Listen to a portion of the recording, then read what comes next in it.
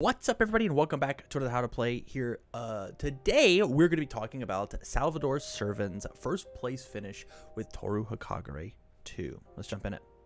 So what we're going to do in this video is we're going to talk about Toru 2 while we give a quick little snapshot of what the deck list is. Then we'll talk about the strategies and tactics inside of this deck list with some key cards. And then at the very end, we will do a quick recap, talk about any of the cool things that I missed, and then really going over the sideboard. So, Toru 2, 6 hand size, 27 health character, as we said. This is played on the air symbol. She says, enhance your rival's attack. Your rival's block modifier to block this deck gets +1. It gets an additional +1 for every 4 foundations in their stage. So basically, the more foundations my rival builds against me, the harder it is for them to block my attacks. And then response commit, after my rival plays an attack, add it back to their hand, look at the top card of my rival's deck, I may discard it. So if you bombed a check or you have an attack that I don't necessarily want to deal with, I can add it back to your hand, look at the top card of your deck. Oh, it's a 3? I'll leave it there. I'll make you commit a couple more foundations. Oh, it's a 5? I'll discard it. And so now you have to guess what the check looks like. Really cool interaction here. So the strategy of the deck is really kind of simple. Huge bombs, massive flow attacks, and then major disruption. Huge bombs being indiscriminate shock, home run comet, pillar swing, massive attacks that make my opponent really have to respect the fact that I can, deliver the damage. Landing hits as Toru is easy.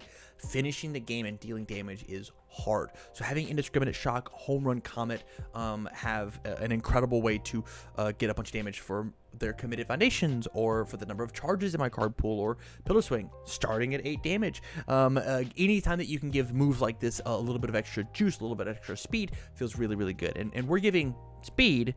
It's just in a number that my opponent can't really interact with as their block modifier.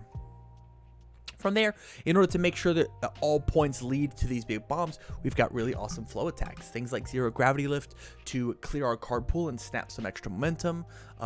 Signature right swing to discard 2 cards and redraw 2 cards. It's a latent skill with a punch. Invisible infiltration, removing a committed foundation or a face down foundation once the attack resolves. Add it back in, face up and ready. And then cat pounce. These are bonus copies of anything that I need, right? I remove an attack from my hand. I don't need the signature right swing anymore. It's gone. I would like this now be an indiscriminate shock. I will then pick up an indiscriminate shock from a discard pile and then replay it. This is the coolest piece of tech from literally the entire tournament. How awesome to see cat punch like this. And then the last idea is just major disruption. Our goal is to have my opponent stop playing the game as quickly as possible so we can get back to our turn where we get to do cool things. So the awesome Hagakure Breaker 2 on Invisible Infiltration, Cheerleader being able to flash a move combined with Wall Cling. If I do want to deal with a move, if I can deal with a move, I can Wall Cling to say it deals no damage. I need 1 more from you. Oh, that 1 more? I'll just use Hagakure. I'll add it back to your hand. You can't pass it anymore because you're just out of resources. Feels really strong. So as we come back to the list, the only card attack-wise that I missed was just Electric Jolt, but I mean, it's Electric Jolt, right? Incredible disruption piece, committing opponent's resources, actions assets, Earphone Jack, seizing the advantage, giving actual speed where Hagakure can increase that block modifier, making things just a little bit more difficult to block with our big bombs of home run comet and indiscriminate shock. And then lastly, as we look at the foundations, I think that the only real standout here is just Web of Blades, right? Web of Blades saying if you reduce my speed at all, I get to increase that speed back. You combo that or tactically use that with Hagakure's top enhance, then you didn't really lose the enhance, you just gained the speed back. Really cool find for Web of Blades. And it also helps damage as well, but that was probably a little less relevant. On to the sideboard. Sideboard, very transformative, right?